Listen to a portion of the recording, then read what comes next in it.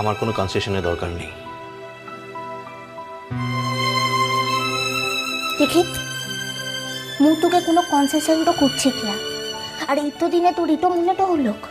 আর একটু কথা বলতো, প্রথম থেকে মু তো তোর কাছ টুতে জেতটাই করে দিয়েছে, মু জিতে চাই না বাইরে টুতে, কিন্তু তুই তো কোন মুখে রাজিটা করে আনছিলি।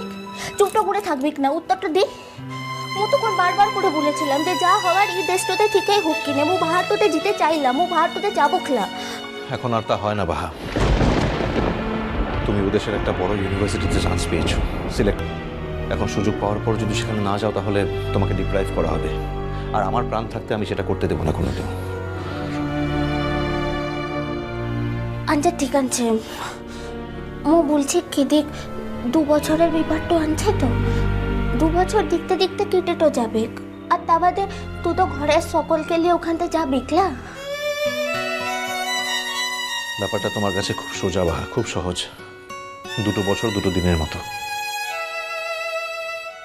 আচ্ছা তোর যখন ভিতর ভিতর ইতোই কষ্টটা হয়েছে, তো তুই মুখে রাজিটা করে লিখ কিসের লিখকে বলতো?